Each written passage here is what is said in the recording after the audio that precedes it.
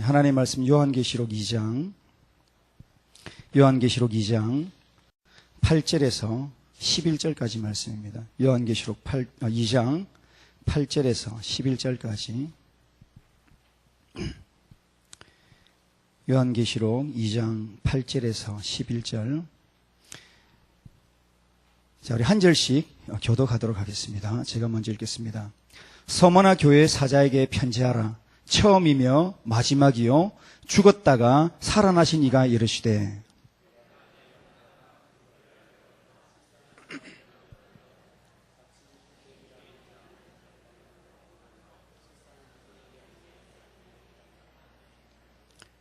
너는 장차 받을 고난을 두려워하지 말라. 볼지어다 마귀가 장차 너희 가운데에서 몇 사람을 옥에 던져 시험을 받게 하리니 너희가 10일 동안 환난을 받으리라. 네가 죽도록 충성하라. 그리하면 내가 생명의 관을 내게 주리라. 귀 있는 자는 성령이 교회들에게 하시는 말씀을 들을지어다. 이기는 자는 둘째 사망의 해를 받지 아니하리라. 아멘. 할렐루야. 아멘. 오늘 은혜 받을 말씀의 제목을 한번 따라하겠습니다. 실상은 내가 부요한 자니라. 한 번 더 따라 하실까요? 실상은 내가 부요한 자니라. 예. 우리 옆에 분에게 그대로 이 예수님의 축복을 전해 주십시오. 옆에 분 보시면서 이렇게 축복하고 인사합시다. 주님 안에서 부요한 자 되시길 축복합니다. 예. 주님 안에서 부요한 자 되시길 축복합니다. 아멘, 아멘.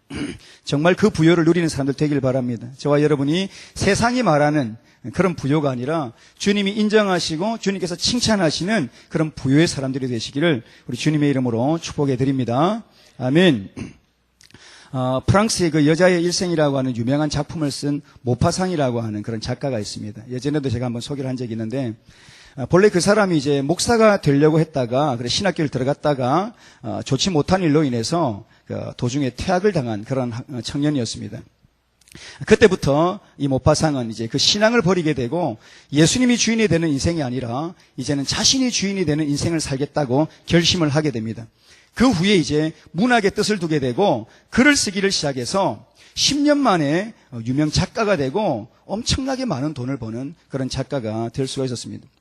젊은 나이에 그는 노르망디에 있는 대저택과 또 몇 채의 별장을 소유하고 있었고 값비싼 그런 요트를 가지고 이렇게 지중해 일을 여행을 하고 쉴 새 없이 애인을 바꿔가면서 호화롭게 또 방탕하게 그렇게 살았습니다. 문학 비평가들은 그의 작품에 찬사를 보내고 또 대중들은 그의 작품에 그렇게 같이 박수를 치고 또 은행에는 평생 써도 남을 만큼 넉넉한 돈이 철철 넘치는 사람이었기 때문에 많은 사람들이 그 모파상을 부러워했습니다. 그런데 정작 그때 모파상은 불면증으로 시달리고 있었고 안질로 고통을 당하고 있었고 특별히 삶의 공허함 때문에 밤에 잠도 자지 못하는 그런 상황 가운데 있었습니다. 결국 인생의 의미를 다 잃어버리고 칼로 자신의 목을 찔러서 자살을 시도했다가 간신히 목숨은 구했지만 이미 정신이 온전하지 못한 상태여서 정신병원에 들어가서 몇 달을 지나다가 43살이라고 하는 젊은 나이로 세상을 떠나게 됩니다. 그리고 그의 무덤 묘비에 이런 글이 새겨지게 됩니다. 나는 모든 것을 소유했지만 결국 아무것도 갖지 못했다. 그게 묘비에 쓰여 있는 묘비의 내용이었습니다. 그는 세상적으로는 모든 사람이 부러워할 만큼 많은 것들을 이루고 소유했기 때문에 스스로 아마 가장 부유한 사람이라고 생각을 했을 것입니다. 그러나 그의 영혼에는 하나님이 이미 없었기 때문에 참된 만족이 없었고 실상은 아무것도 갖지 못하는 가장 비참하고 가장 가난한 인생을 그는 살게 되었던 것입니다. 그러니까 누구라도 예외가 없습니다. 이처럼 하나님을 잃어버린 부귀영화, 하나님을 잃어버린 명예, 하나님을 잃어버린 성공, 그것은 우리의 모든 삶을 헛되게 만드는 것입니다. 아무런 의미가 없는 것입니다. 여러분, 이런 이야기하면 성경에 누가 생각나요? 솔로몬이 생각이 나죠. 솔로몬은 역사 이래 인간이 가질 수 있는 모든 것을 가지고 누렸던 그야말로 전무후무한 그런 왕이었지만 우상 숭배, 부귀영화, 권력, 명예, 육신의 쾌락 쫓아서 살아가다가 가장 중요한 분, 주님을 잃어버림으로 인해서 그의 말년의 고백이 무엇이었습니까? 헛되고 헛되며 헛되고 헛되니 모든 것이 헛되도다. 해 아래서 수고하는 모든 수고가 사람에게 무슨 유익이 있는가? 그 많이 고백이었습니다. 그런 탄식이었습니다. 그래서 솔로몬의 고백이었다라고 합니다. 여러분, 그런 교회도 또 있어요. 그런 교회도. 어떤 교회입니까? 우리가 계속해서 지금 5개 교회, 오늘 이제 6번째 교회 이제 살펴보게 되는데, 라오디게아, 빌라델비아, 사데, 두아디라, 버가모, 이 5개 교회 가운데 이런 문제 때문에 책만 받은 교회가 있었잖아요. 어떤 교회였습니까? 모든 것을 가졌다고 하나, 나는 부자라고, 나는 부유하다고 그렇게 말했지만 주님께서는 너희들은 아무것도 가지지 못한 가난한 자들이다, 이렇게 책망했던 교회죠. 어떤 교회입니까? 예. 이러시면 안 되는데요. 예, 어떤 교회죠? 예. 예, 라오디게아 교회. 라오디게아 교회. 자, 조금 생각나도록 할게요.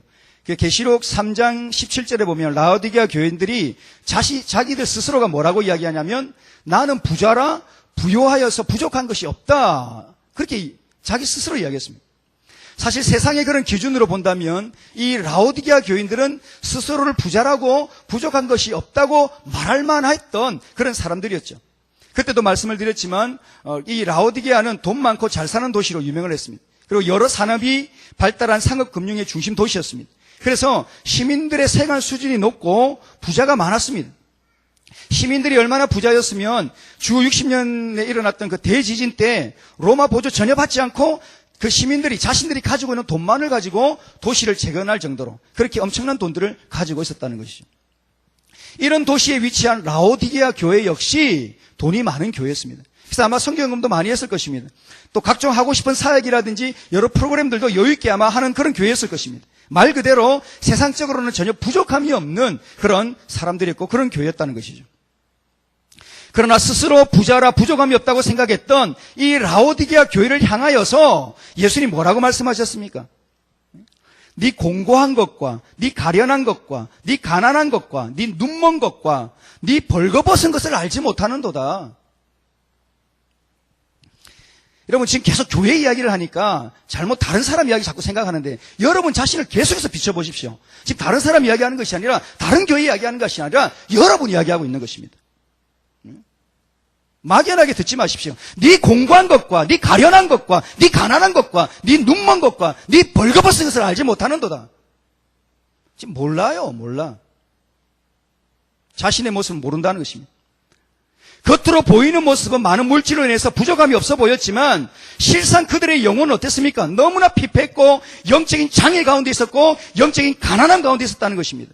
결국 그들은 신앙의 열정을 다 잃어버리고 차지도 덮지도 않은 그 세속화되어버린 그 미지근한 신앙 때문에 예수님께서 뭐라고 말씀하셨습니까? 내 입에서 토하여 내치리라. 이런 말을 정말 여러분 귀에 담아야 됩니다. 마음에 새겨야 됩니다. 내가 들을 수 있는 말이에요. 내가 들을 수 있는 말. 예? 내 입에서 토하여 내치면 어떻게 됩니까? 망하는 거죠. 예? 여러분, 다른 사람으로 이야기로 듣지 마십시오. 나의 이야기로, 내게 말씀하시는 주님의 음성으로 들으시길 바랍니다. 라오디게아 교회는 모든 걸 가진 것 같았지만 가장 가난한 교회였어요. 그래서 주님께서 토하여 내치고 싶은 그런 교회였다는 것입니다. 근데 이런 라오디게아 교회와는 정반대로 정말 주님의 칭찬을 받은 진정한 부요를 가진 교회가 오늘 본문에 등장을 합니다. 그 교회가 바로 오늘 우리가 살펴볼 서모나 교회라고 하는 서모나 교회. 이 서모나 교회는 이 라오디게아 교회와는 정반대로 가난했습니다. 그런데 그렇다고 해서 서모나 그 도시 자체가 가난하고 궁핍한 도시는 아니었다는 거예요. 사실 요한계시록에 나오는 7 교회가 자리 잡은 도시 가운데 가장 수려한 도시가 서모나라고 이야기를 합니다. 외곽에서 도심까지 도로가 잘 닦여져 있었고 천혜의 그 항구득택에 수출 무역이 번창했던 그 당시에 인구가 20에서 30만 정도가 살고 있는 크고 아시아에서 가장 번성한 도시 가운데 하나였다라고 하는 겁니다. 이건 지금도 마찬가지예요. 제가 이렇게 조사를 해보니까 뭐 직접 가보지는 못해서 제가 계속 자료를 조사를 해보는데 소아시아 7교회 가운데 그 있었던 지역이 지금은 대부분 어떻게 되어 있어요? 다 폐허가 되어 있잖아요. 그 흔적만 겨우 남아 있는데 이 서모나는 다르더라고요. 이 서모나는 지금도 그 이즈미르라고 하는 그 이름으로 터키의 유명한 관광 휴양지가 되어 있습니다. 여전히 무역과 경제, 문화의 중심지로서 쓰임받고 있는 그런 도시입니다. 과거의 그 찬란한 역사 그대로 흐르고 있다는 거죠. 근데 이렇게 아름답고 부유했던 도시에 살고 있었던 이 서모나 교인들은 가난했다는 거예요. 왜냐? 그 이유가 무엇인가? 서모나는 유난히도 박해가 심했던 도시였기 때문에 그렇습니다. 초대 교회의 유명한 순교자 가운데 폴리갑이라고 하는 그 순교자가 있었잖아요. 그 서모나 교회 주교였습니다. 서모나 교회 담임 목사님이셨어요. 그분은 순교를 당했습니다. 이 서모나는 로마 제국과 황제 숭배의 중심 도시였습니다. 그래서 이 서모나 시민은 주민등록증은 없어도 맹세 증명서라고 하는 것을 반드시 발급받아야 되었습니다. 맹세 증명서라고 하는 게 뭐냐면은 1년에 한 번씩 우리가 이게 5교회 거치면서 그런 신전이 있다 그랬잖아요. 로마 황제 섬기는 신전. 그런 신전에 가서 그 제단 앞에 가서 로마 황제를 섬기는 제단입니다. 그 제단 앞에 가서 여러 증인이 보는 앞에서 가이사는 나의 주님이십니다. 이렇게 충성맹세를 하는 거예요. 충성맹세를 하면 그 사람에게 뭘 주느냐? 증명서를 주는 거예요. 맹세 증명서를 주는 거예요. 그 증명서만 가지고 있으면 뭐 어느 종교를 믿든지 어느 신전에 가서 우상을 섬기든지 전혀 터치하지 않았다라고 합니다. 그런데 서모나에 사는 사람들 가운데 모두가 봤는데 그 충성맹세를 다 봤는데 이 유독 황제 숭배를 거부하는 무리들이 있었다는 거예요. 누구였겠습니까? 바로 서모나 교회 성도들이었다는 거예요. 서모나 교회 성도들이 그랬다는 것입니다. 그래서 믿음의 전당 히브리서 11장을 보면 그 신앙의 사람들이 당했던 고난과 핍박에 대해서 이렇게 말씀하죠. 양과 염소의 가죽을 입고 유리하여 궁핍과 환난과 학대를 받았으니, 이 말씀이 그대로 적용되는 게 바로 서모나 교회입니다. 이 말씀처럼 이 서모나 교회 성도들은 예수님을 믿는다라고 하는 그 이유 때문에 사회 진출도 제대로 하지 못하고 매매가 금지가 되는 등 불이익을 당하면서 심지어는 관리들의 묵인하에 땅을 빼앗기고 재산을 몰수당하기까지 했다는 것입니다. 그러나 그들은 믿음을 지키기 위해서 부자였던 자가 궁핍하게 되고, 그래서 어쩔 수 없이 집을 나와서 이곳저곳을 유리하며 방황하며 살아가고 있었다는 거예요. 그들이 바로 서모나 교회 성도들이었습니다. 그러니까 서모나 교회 성도들은 처음부터 가난한 사람들이 아니었어요. 부를 가지고 있던 사람들입니다. 그런데 예수님을 믿는 믿음 때문에 가난함과 궁핍함 가운데 처하게 되었던 것입니다. 나아가서는 엄청난 박해와 순교의 자리까지 나아가게 된 사람들이었다는 것입니다. 그게 서모나 교회 성도들입니다. 여러분, 그렇기 때문에 이 배경을 알면서 오늘 본문 8절에 이 서모나 교회를 찾아오신 예수님의 모습을 보면 얼마나 서모나 교회 성도들에게 큰 위로와 힘을 주는 그런 모습으로 찾아오신지 몰라요. 8절에 그게 나옵니다. 8절 말씀을 같이 한번 읽어보겠습니다. 8절 시작. 서모나 교회 사자에게 편지하라. 처음이며 마지막이요 죽었다가 살아나신 이가 이르시되. 자, 여기에 나타나신 예수님 모습이 두 가지죠. 하나는 처음이며 마지막인 분으로, 또 하나는 죽었다가 다시 살아나신 분으로 이렇게 나타나셨습니다. 먼저 예수님이 처음이며 마지막이라는 것은 이 세상 역사의 시작과 끝도, 또 모든 생명의 시작과 끝도, 또 모든 구원의 시작과 끝도 누구에게 달려있다는 것입니까? 예수님께 달려있다는 것이죠. 그러니까 지금 현실의 삶 가운데 환난과 궁핍과 모함도 두려워하지 말라는 것입니다. 지금은 핍박하는 그 자가 승리하는 것처럼 보이지만 역사의 마지막은 나의 손에 있다라고 하는 것을 지금 이야기하고 있는 거예요. 예수님의 손에 있는 것입니다. 또한 죽음도 두려워하지 말라는 거예요. 그래서 생명과 구원 또한 누구에게 있는 것입니까? 예수님의 손 안에 있다는 것이죠. 그래서 우리의 영혼은 예수님께서 죽었다가 다시 살아나신 것처럼 부활하여서 부활의 영광에 참여하게 될 것이라고 이렇게 말씀하고 있는 것입니다. 사랑하는 여러분, 1세기 당시에 그 서모나 교회는 한마디로 이야기하면 고난받는 교회였습니다. 고난받는 교회, 핍박당하는 교회, 순교당하는 교회. 그 교회 성도들에게 지금 주님이 이렇게 죽었다가 다시 살아나신 그런 모습으로 나타나셨다면 얼마나 위로가 되고 용기가 주는 모습이겠냐는 것이죠. 고난 중에 최악의 고난이 뭡니까? 죽음 아닙니까? 죽음. 주님을 위해서 순교의 삶을 살았던 이 서모나 교회의 주님은 죽음에서 다시 사시고 죽음에서 승리하신 분으로 나타나셔서 이 부활의 신앙, 이 부활의 승리를 너희들이 누리라고 그렇게 지금 격려하고 도전하고 계시는 것입니다.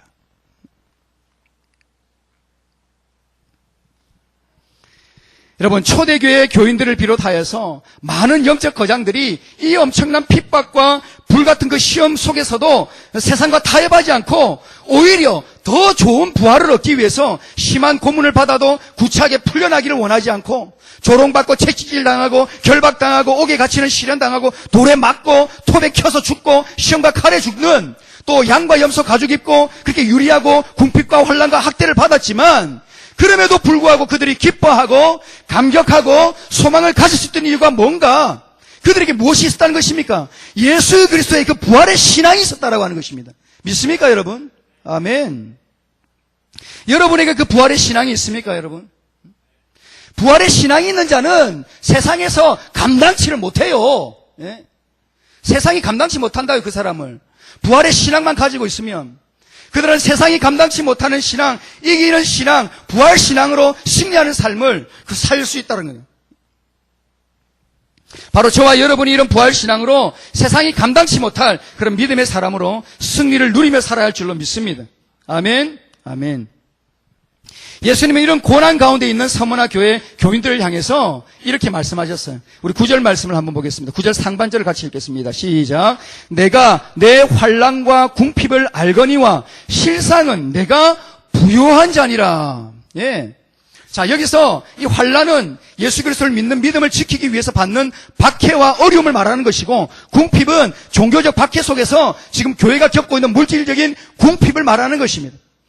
그러나 예수님은 자타가 공인했던 그 부자인 교회, 이 라오디게아 교회의 교인들을 향해서는 너희들이 가난하다 이렇게 이야기했지만, 이 환난과 궁핍한 가운데서 살아가고 있던 이 가난했던 이 서머나 교회의 교인들을 향해서는 지금 뭐라고 말씀하십니까? 부유한 자다. 네가 진짜 부유한 자다. 이렇게 지금 이야기하고 있는 거예요.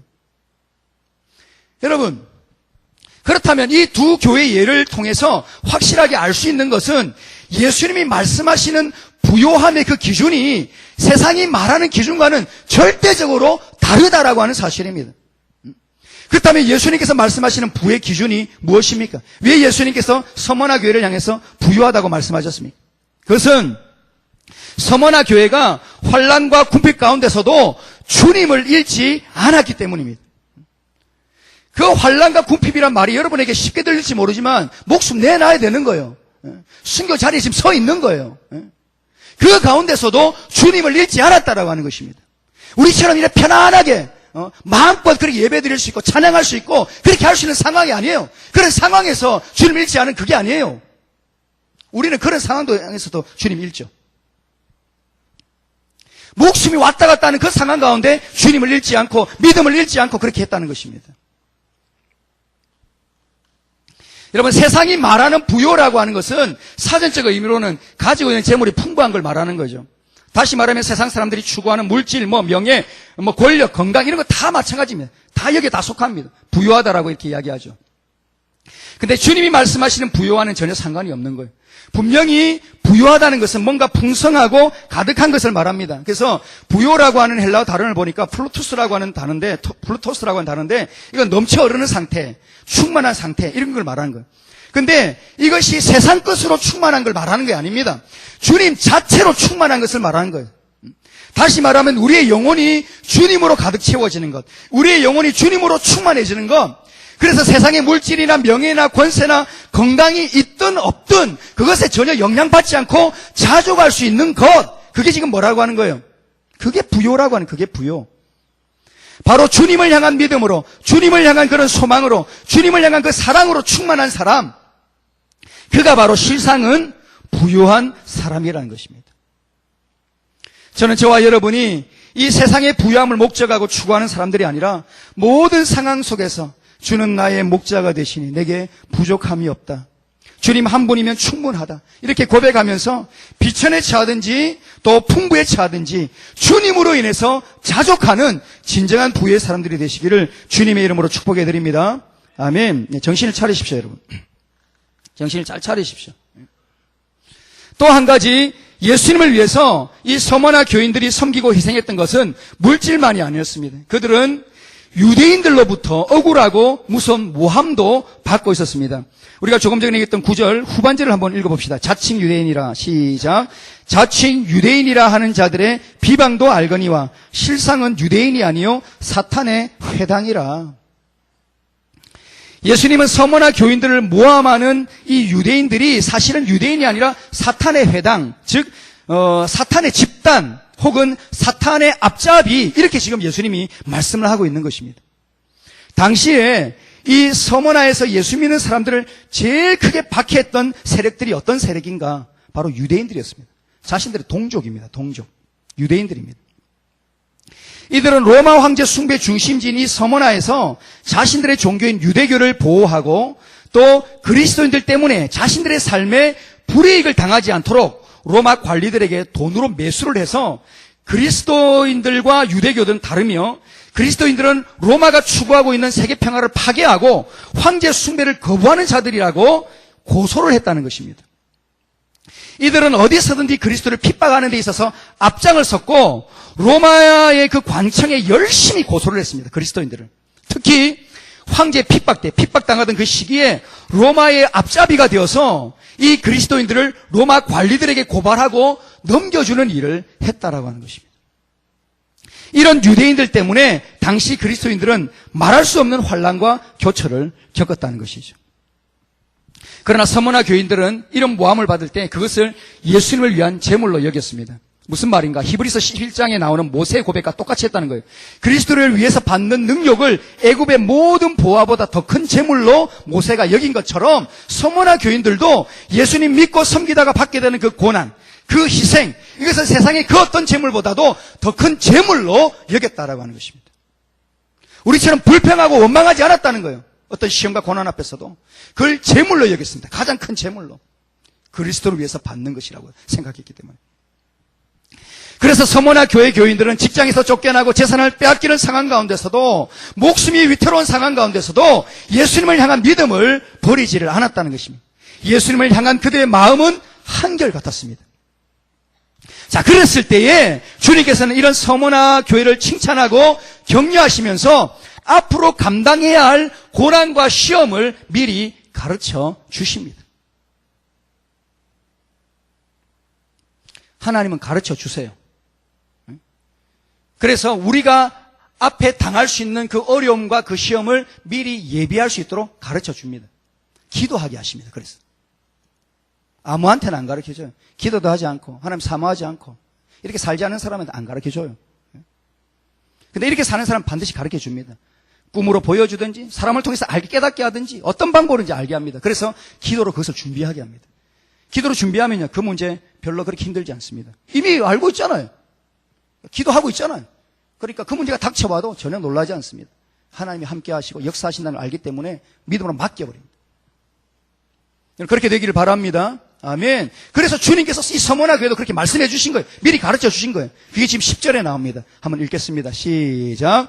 너는 장차 받을 고난을 두려워하지 말라. 볼지어다 마귀가 장차 너희 가운데서 몇 사람을 옥에 던져 시험을 받게 하리니 너희가 10일 동안 환난을 받으리라. 내가 죽도록 충성하라. 그리하면 내가 생명의 관을 내게 주리라.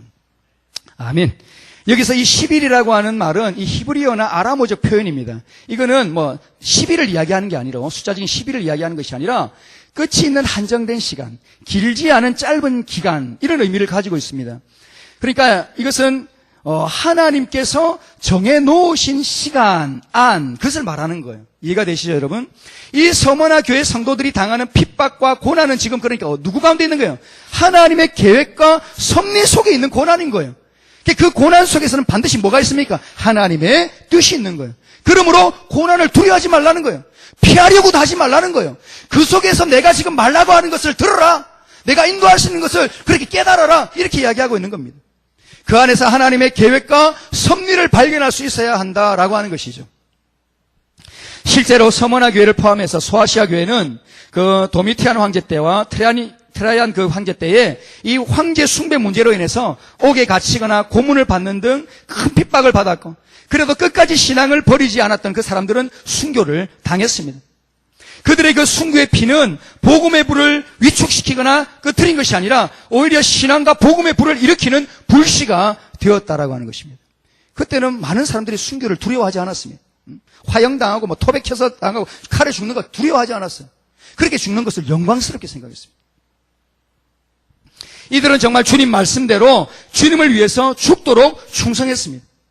여러분, 오늘 본문에 나오는 주님이 말씀하신 죽도록 충성하라라고 하는 이 명령은 우리가 무슨 헌신 예배할 때 많이 사용하는데 주님을 위해서 죽는 날까지 열심히 일하고 봉사하라 이런 뜻이 아닙니다. 지금 그런 뜻이 아니라 여기서 충성이라고 하는 이 단어의 그 헬라어는 그 피스토스입니다. 이거는 믿을 만하다, 신뢰할 만하다 이런 뜻입니다.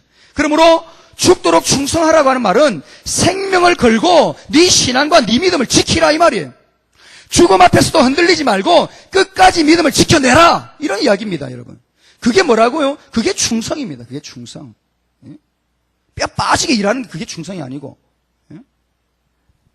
이렇게 충성하는 자에게는 생명의 면류관을 주시고 둘째 사망의 해를 받지 않는다. 즉 첫 번째 사망인 육체적인 사망 이후에 믿지 않는 불신 영혼들이 들어가게 될 둘째 사망, 곧 불못, 그 지옥 가는 그런 인생이 아니라 영원한 생명의 나라 천국 백성이 될 것이라고 하는 그런 말씀인 거예요. 서머나 교회는 정말 죽도록 충성하라는 주님의 말씀을 그대로 지킨 그런 교회였습니다. 여러분, 서머나 교인들에게 어떻게 이런 희생이 가능했을까요? 그것은 이들이 진정한 부요함이라는 것이 무엇인지 분명하게 알고 있었기 때문입니다. 사실 그들은 예수님만 부인하면 이 모든 것, 자기들이 기존에 가지고 있던 그 모든 것들을 그대로 다 지키고 누릴 수가 있었습니다. 예수님만 부인하면 그 아름답고 풍요로운 서머나라고 하는 그 도시 안에서 세상 사람들이 말하는 그 부유함을 다 누리면서 편안하게 살 수 있었습니다. 물론 이들이 예수님 만나기 전까지는 그것이 진정한 부유함이라고 생각을 했죠. 그러나 그들이 길과 진리와 생명이 되신 그 예수를 만났습니다. 그리고 예수님께서 약속하신 영생과 천국을 발견했습니다. 그때 그들의 눈이 열린 것입니다. 그리고 진정한 부요가 무엇인지 알게 되었던 것입니다. 여러분에게도 그런 깨달음이 있기를 바랍니다. 아멘. 우리도 마찬가지입니다. 물론 우리는 지금 서머나 교인들처럼 예수님 때문에 재물을 잃고 온갖 모함을 받고 또 옥에 갇히고 생명을 느끼는 그런 상황 속에 있지는 않습니다. 그러나 그들이 가지고 있던 믿음, 예수님을 위한 그 희생이 가장 큰 재물이라고 하는 이런 믿음을 가지지 못하면 이 세상에서 승리하는 그리스도인들이 될 수가 없다는 것입니다. 지금 이 시대가 그래요. 이 시대가. 지금 이 시대가 어떤 시대입니까, 여러분? 노아의 시대입니다. 노아의 시대. 소돔과 고모라의 시대입니다. 세례 요한이 고백했던 것과 같이 예수 그리스도가 눈앞에 계셔요. 말씀을 하시는데도 불구하고 피리를 불어도 춤추지 않고 슬피 울어도 가슴을 치지 않는 완전히 완악하고 강팍하고 귀먹고 눈 멀고 벙어리 된 사람들로 가득한 세대가 지금 이 세대입니다. 그 어떤 세대보다도 강팍한 세대입니다. 지금 많은 사람들 종말 이야기했죠. 마지막 때라고 이야기했죠. 그러나 그렇지 않습니다, 여러분. 지금입니다. 지금. 그걸 어디서 보느냐고요? 세상 사람들에게서 보지 않습니다. 교회 안에서 봅니다. 교회 안에서.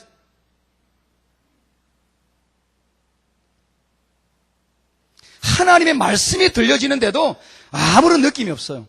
아무런 감동도 없어요. 변화는 더더군다나 일어나지 않습니다. 그런 세대입니다. 이 세대가 바로 넓은 문을 향해서 죽어가고 있는 것도 모르고 그렇게 달려가고 있는 세대라고 하는 거예요. 여러분, 좁은 문, 넓은 문, 이게 지금 뭐 믿지 않는 사람들, 믿는 사람들 이야기인 줄 아십니까, 여러분? 아니에요, 여러분. 교회 안에서 이야기, 교회 안에 있는 이야기를 하는 거예요. 그 비유가 지금 예수님 비유가 누구한테 이야기하는 것입니까? 믿는다는 사람들한테 지금 좁은 문, 넓은 문 이야기하고 있는 거예요, 이게. 예? 여러분 지금 넓은 문 가고 있습니까? 좁은 문 가고 있습니까? 바로 돌아보세요. 넓은 문은 다 지옥입니다. 다 망합니다. 누구도 구원받지 못합니다. 그래서 다 갑니다. 편안하니까. 별 거부감 없으니까. 별 저항 안 해도 되니까. 그냥 갑니다. 좁은 문은 안 그렇잖아요. 싸워야 돼요. 싸워야 돼요. 피 흘리기까지 싸워야 돼요. 그냥 안 가요, 사람들이. 한번 보라고, 여러분이 지금 어느 자리로 가고 있는지. 이 심각한 문제 아닙니까, 이게 지금? 지금 많은 사람들이, 교회 안에 수많은 사람들이 넓은 문으로 가고 있어요. 넓은 문으로. 좁은 문 가는 사람을 찾아보기가 힘들어요. 목숨 내놓고 예수 믿는 사람 찾아보기 힘들다고, 지금은. 목숨은 무슨 목숨? 손해 안 보려고 하는데. 여러분, 지금은 이 땅의 교회가 라오디게아 교회나 서머나 교회나 다 똑같이 보일 겁니다. 그러나 결국 주님 오시면 분명하게 드러나게 될 거예요. 조금 전에 이야기했던 것처럼 좁은 문, 좁은 길에 서 있는 사람과 넓은 문, 넓은 길에 서 있는 사람이 딱 갈라집니다.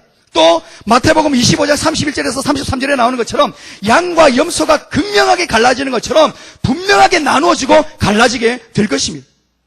주님은 안 속습니다. 우리한테 얄팍한 속임수에 속지 않습니다. 입으로만 주님 외치는 사람, 말씀을 듣고도 순종하지 않는 사람, 대충 세상과 양다리 걸치고 그렇게 적당하게 타협하면서 사는 사람, 머지않은 때에 주님의 심판이 불일 듯 여러분들에게 임하게 될 겁니다. 그때는 아무 소망이 없습니다. 지금이 기회입니다. 보라, 지금은 은혜 받을 만한 때요. 보라, 지금은 구원의 날이로다. 지금입니다. 지금. 깨달았어요, 여러분. 깨달았어요. 지금이 우리가 하나님 앞에 회개하고 세상과 죄를 향해서 달려가는 길을 돌이켜야 될 때라고 하는 거예요. 지금. 제발 나에게 다음 미래가 있다 생각하지 마세요. 기회가 있다고 생각하지 마세요. 기회가 없을 수도 있어요, 여러분들에게. 우리의 인생의 끝을 모르잖아요, 아무도. 왜 기회가 있다고 생각을 합니까? 지금이 기회입니다. 지금이 기회. 지금 이 말씀을 듣고 있는 지금이 기회라는 거예요. 지금 깨달아야 됩니다. 지금 깨닫고, 지금 회개하고, 지금 돌이켜야 여러분이 사는 거예요. 저도 이렇게 말하기 싫어요. 말해도 안 듣는데요, 뭐. 어떨 땐 벽을 향해 이야기하는 것 같은데요. 저 와 저러나, 왜 저렇게 고함지로 저러냐. 막 조용하게, 좀 싹팍하게, 좀 멋지게, 세련되게, 이렇게 설교 못하나. 저도 하고 싶어요, 그렇게. 지금 때가 그럴 때가 아니고, 지금. 예? 뭐, 폼 잡고 이렇게 할 때가 아니라고, 지금. 여러분의 영혼이 죽는다고, 지금. 내 폼 잡고 할까요, 그러면? 깨달으세요, 제발 깨달으라고요. 여러분의 영혼의 실체를 바라보라고요. 여러분 안에 예수가 있는지 보라고요. 정말 십자가의 길을 향해서 나아가고 있는지, 그 좁은 길을 향해서 나아가고 있는지 보라고요. 아니면 돌이켜야 됩니다. 지금이 기회입니다. 지금 놓쳐버리면 그 기회 안 올 수도 있습니다. 성경은 늘 양자택일을 요구를 합니다. 왜냐하면 하나님과 사단이 함께할 수 없고 죄와 의가 함께할 수 없고 생명과 사망이 함께할 수 없기 때문에 그래요. 주님은 적당히 양다리 걸치는 것 용납하지 않습니다. 그래서 구약의 여호수아가 뭐라고 이야기합니까? 너희가 오늘 섬길 자를 택해라. 오직 나와 내 집은 여호와를 섬기겠다. 너희들 어떻게 할 거냐? 예레미야도 하나님 말씀을 대언하면서 선포하죠. 보라, 내가 너희 앞에 생명의 길과 사망의 길을 두었노라. 선택은 너희에게 달려있다는 것입니다. 엘리야도 말합니다. 너희가 어느 때까지 둘 사이에서 머뭇하려느냐. 여호와가 만일 하나님이면 그를 따르고 바알이 만일 하나님이면 그를 따를지니라. 선택하라. 어중간에 걸치지 마세요, 여러분. 예? 세상도 아니고 하나님도 아니고 대충 걸치는 자 같이 다 망합니다. 무슨 개털모자가 어디 있어요, 천국에? 예? 뭐 천국 주변이 어디 있어요, 주변이? 예? 그런 거 없어요. 말도 안 했어. 부끄러운 구원이 어디 있습니까? 부끄러운 구원이. 완전한 구원이지. 부끄럽게 어떻게 구원받습니까? 못 받죠? 절대로 여러분 구원에 관해서 그렇게 생각하지 마세요, 여러분. 여러분의 믿음이 정확하지 않으면 절대 구원 못 받습니다. 성경 어디에 뭐 부끄러운 걸 개털모자 이런 게 어디 있어요? 전부 여러분 잘못 알고 있는 것입니다. 정확하게 아셔야 됩니다. 오늘 예수님도 우리 앞에 지금 넓은 문과 넓은 길, 좁은 문과 좁은 길을 소개하시면서 이 중 한 길을 선택하라고 지금 요구하고 계시는 거예요. 반드시 어느 한쪽을 택해서 갈 수밖에 없는 거예요. 동시에 두 길을 걸어갈 수는 없는 거잖아요. 그렇게 할 수가 없어요. 적당히 양다리 걸친 것 같지만 양다리 걸친 게 아니라 결국 어디 가고 있는 거예요? 넓은 문 향해 가고 있는 거예요. 그것도. 주님은 우리에게 단호하게 말씀하십니다. 넓은 문은 크고 그 길이 넓어 그리로 들어가는 자가 많을 것이지만 그곳으로 가는 자는 반드시 멸망할 것이고 좁은 문은 좁고 길이 협착하여 찾는 자가 적지만 적다고 했어요. 적대요, 성경에서. 여러분은 이 적은 무리 가운데 들어가야 되는 거예요. 이 좁은 길을 들어가야 되는 거예요, 여러분. 세상 사람들 비교해가면서 적당하게 살면 다 망합니다, 여러분. 그래서 좁은 문은 좁고 길이 협착해서 찾는 자가 적지만 그곳으로 가는 자는 영원한 생명을 얻게 하리라. 그게 예수님 말씀입니다. 예수님 말씀. 사람 말이 아니고 예수님 말씀. 사랑하는 여러분, 적당하게 신앙생활 절대로 하지 마시기를 바랍니다. 어느 누구도 세상과 적당히 양다리 걸치고 천국 가는 사람 한 사람도 없습니다. 바라지도 마십시오. 못 갑니다. 누구든지 하나님의 뜻대로 행하지 않는 사람, 좁은 길로 가지 않는 사람 절대로 천국 못 가요. 성경 다 뒤져보세요. 어디 있는가? 그런 거 있으면 저한테 좀 소개해 주세요. 절대 안 나옵니다. 그런 거 없습니다. 그런데 이 시대에 많은 사람들이 그렇게 살고 있다는 거예요. 시간이 가면 갈수록 예수님을 위해서 희생하고 섬기는 이런 자리에 너무나도 인색해지기 시작합니다. 불편하기를 시작합니다. 피하기를 시작합니다. 그리고 기도의 자리, 예배의 자리, 섬기가 봉사의 자리에서 자꾸만 뒤로 물러나고 있습니다. 어느새 우리 손에 지금 뭐 들고 있어요? 계산기 다 들고 있는 거예요. 예수님 앞에서 지금 손익을 따지는 거예요. 내게 이익이 되는지, 내게 손해가 되는지, 그거 따지고 있는 거예요. 사역하는 것도, 하나님의 일을 섬기는 것도 쉬지 마세요. 왜 쉬어요? 저희 때도, 세 가지, 네 가지는 기본으로 했습니다. 그거 하면서 기뻤어요. 즐거웠어요. 아침 새벽부터 와가지고 밤에 10시, 11시 그렇게 집에 들어가는 게 일상이었습니다. 저희들. 주일은 그렇게 지내야 된다고 생각했어요. 그렇게 살아야 되는 걸 알았어요. 지치지 않았습니다. 좋았습니다, 오히려. 뭐 하나 하고 나면 좀 힘들다고. 뭐 내려놔야 되고 좀 쉬면 좋겠다고. 도대체 뭐 때문에 그 일을 했는데요? 내 좋다고 했으면 자기 좋다고 했습니까? 그렇게 하는 게 아니에요. 동기가 잘못됐죠, 벌써. 뭐 많이 해서 좋은 건 아니지만 정말 하나님을 사랑하는 마음으로, 하나님 섬기기를 원하는 마음으로 했다면 끝까지 해야죠. 하나님이 멈춰라 하면 멈춰야죠. 자기 생각대로, 자기 하고 싶은 대로, 자기 기분대로. 하나님 뜻과는 전혀 상관이 없는 것입니다. 자꾸만 손익 따지는 게 우린 지금 손익. 절대로 손해보는 일을 하지 않겠다 이렇게 생각하고. 그렇게 살다가 마지막 주님 앞에 딱 섰을 때 주님 우리에게 뭐라고 말씀하신지 아십니까? 너는 네가 부요하여 부족함이 없다고 할 말할지 모르지만 실상 너는 네 공고한 것과 네 가련한 것과 네 가난한 것과 눈먼 것과 벌거벗은 것을 알지 못하는도다. 분명히 책망하실 것입니다. 여러분 바른 신앙 가지시길 바랍니다. 바른 믿음 가지시길 바랍니다. 지금이 기회입니다. 지금이 기회. 중요한 것은 희생하고 섬기는 그 행위보다 그렇게 희생하며 주님을 섬길 수밖에 없는 우리의 마음의 동기가 중요해요. 여러분, 서머나 교인들은 의무감 때문에 마지못해서 예수님을 위해서 모든 것을 희생한 것이 아닙니다. 그들이 예수님을 위한 그 희생을 가장 큰 제물로 여겼던 것은 그래서 예수님을 위해서 재산을 잃고 모함을 받고 옥에 갇히고 생명을 잃는 그 순간까지도 믿음을 지켰던 것은 그들이 예수님을 진정으로 사랑했기 때문입니다. 모든 동기는 여기서 다 나와야 돼요. 여기서. 예수님 사랑해서. 여러분, 예수님은 우리를 사랑하셔서 우리를 위해서 십자가에 죽으셨습니다. 예수님은 받을 자격이 없는 우리를 당신의 모든 것을 다 주셨습니다. 의무로 그런 게 아니에요. 우리를 사랑하셔서 그렇게 하신 것입니다. 서머나 교인들은 바로 그 사랑을 분명하게 믿고 경험하고 누리고 있었기 때문에 이런 주님을 위한 희생과 섬김이 가능했던 것입니다. 여러분, 결국 우리가 진정으로 주님 안에서 부유한 삶을 살려면 우리가 얻어야 할 것은 오직 하나입니다. 뭘까요, 여러분? 바로 예수 그리스도입니다. 주님을 얻는 것이 우리의 인생의 목적입니다, 여러분.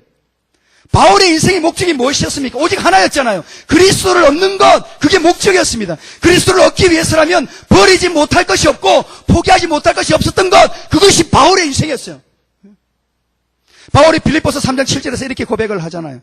우리 이것만 한번 찾아보고 말씀 좀 마무리하십시다. 빌립보서 3장 7절.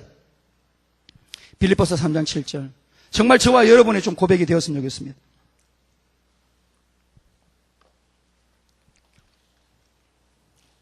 빌립보서 3장 7절. 같이 한 목소리 읽겠습니다. 시작. 무엇이든지 내게 유익하던 것을 내가 그리스도를 위하여 다 해로 여길 뿐더러 또한 모든 것을 해로 여김은 내 주 그리스도 예수를 아는 지식이 가장 고상하기 때문이라. 내가 그를 위하여 모든 것을 잃어버리고 배설물로 여김은 그리스도를 얻고 그 안에서 발견되려 함이니. 아멘. 아멘. 이 말씀이 여러분에게 임하기를 바랍니다. 아멘. 여러분, 우리가 얻어야 할 것은 누구입니까? 오직 예수 그리스도이십니다. 그분을 얻는 것, 그분을 아는 것, 그분을 더욱더 사랑하는 것, 그분과 더욱더 친밀해지는 것, 이것이 우리 인생의 목적이 되어야 된다는 것입니다. 주님만 얻을 수 있다면, 그 주님께 발견되는 인생만 살 수가 있다면 세상의 부귀와 명예와 행복과 세상의 즐거움도 자랑도 다 버릴 수 있는 것, 이것이 바로 주님이 칭찬하시는 진정한 부유한 사람의 삶이라고 하는 거예요. 세상적으로 많이 가진 게 부유한 게 아닙니다, 여러분. 그 많이 가졌어도 영혼으로는 가장 피폐할 수가 있는 거예요. 주님이 보시는 것은 바로 그 영혼을 보고 계시는 것입니다. 정말 간절한 마음으로 바랍니다, 여러분. 이 마지막 때에 이 성원화 교회 성도들과 같이 좁은 문, 좁은 길로 오직 주님 한 분 바라보면서 그 주님 한 분만으로 만족하면서 기뻐하면서 달려가십시오. 주님을 위해서 받는 그런 환난과 또 궁핍과 능력을 가장 큰 보화로 제물로 여기십시오. 그래서 끝까지 충성스럽게 믿음을 지켜내십시오. 그것이 바로 진정한 부유의 삶입니다. 저와 여러분 모두가 이런 진정한 부유의 삶을 사는 그런 사람들이 되시기를 주님의 이름으로 축복해 드립니다. 아멘. 아멘. 우리 한번 같이 찬양하고 기도하십시다.